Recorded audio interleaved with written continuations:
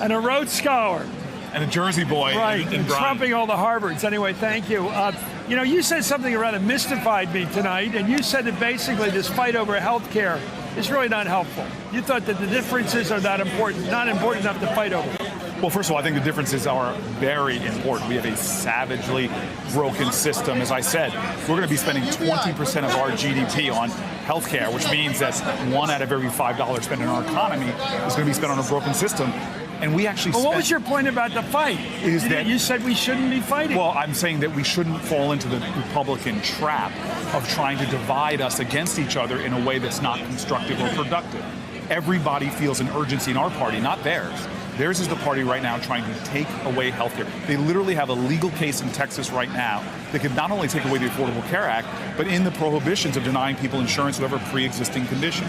What I'm saying is let's focus on that we need to find common cause when it comes to driving to our goal that I hope most Americans believe in, that in this country, health care should be fundamental. Much like Kamala Harris, your colleague in the Senate, you went from let's not have a food fight to jumping the vice president. No. You see, I know, you both did the same thing. You softened them up, and then you jumped them. Okay, now, you said a legitimate issue, deportation. You said you can't marry Obama, basically, Mr. Vice President, without defending his deportation position, his record.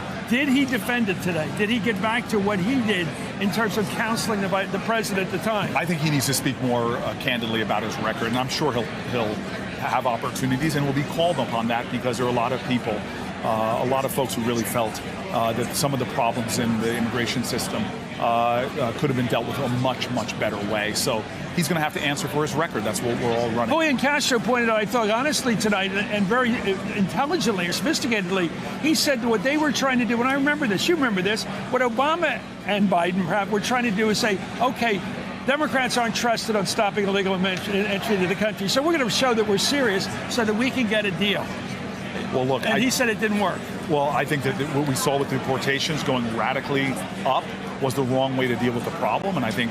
But they were trying to do it to show that they were making a good effort to the Republicans, right? And that was why they did it. I don't know what their reasons were. I just know it wasn't the right way to go, and I know, frankly, having been in the Senate, and remember, I got there right after a bipartisan deal, which Senator Bennett was right to take credit for.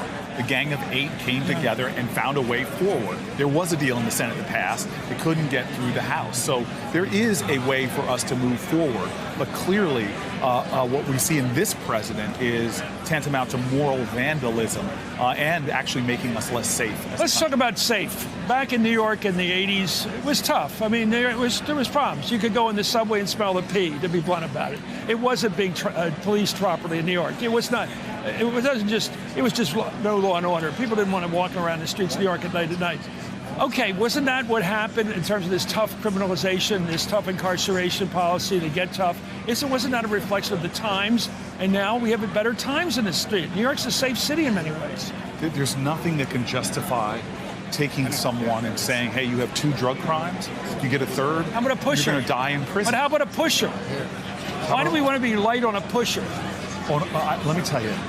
Drug pushing is what gets people hooked. Yeah, but a life sentence for selling drugs, and by the way, addiction can be a life sentence. Yeah, but look who was targeted. There's no difference between blacks and whites. Pushers were targeted. No, sir, there's no difference between blacks and whites for selling drugs. Did you know that? But the overwhelming majority, if you're black and doing it, you're almost 4 times more likely.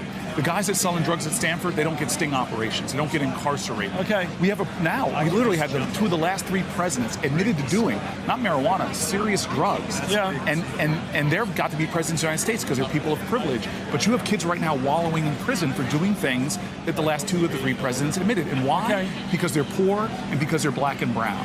Criminal justice. Biden should be judged on that today. I think that when you brag, all the way up to 2015, you call these bills your bills.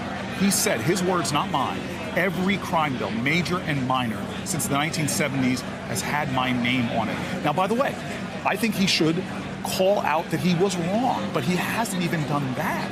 He hasn't even admitted from 3 strikes you're out to even the If incentive. he doesn't believe he's wrong, should he be even considered for president? I don't think at a time that we have a Republican and Democratic consensus on, I mean, I partner with Mike Lee saying these sentences are dead wrong. Yeah. If the Vice President of the United States can't say I was wrong on stuff that now it represented in a bill that I got passed in the United States Senate to start reversing the damage, that is a serious problem, and he will have a tough time Last getting question. trust. I'm from your man of communities like passion. Detroit's. How long can you stay in this race before you have to decide to run for re-election? I can do both. New You can Jersey You're going passed to run the for law. both, and you can do both at the I same can do time. both. I can do both. You're going to do that? Well, I hope that actually I won't have to because I will be the nominee of this party. Congratulations. Thank you very much. I've been arguing you've been underestimated. So let's see how Did well I it show goes. that tonight? I think you showed something really good. Thank you so Thank you, much. sir. Don't ask me. Brian, I'm being asked to be a rooter You're the here. pundit I here. can't Come root on. for people. Chris Thank Hey there, I'm Chris Hayes from MSNBC. Thanks for watching MSNBC on YouTube. If you want to keep up to date with the videos we're putting out, you can click subscribe just below me or click over on this list to see lots of other great videos.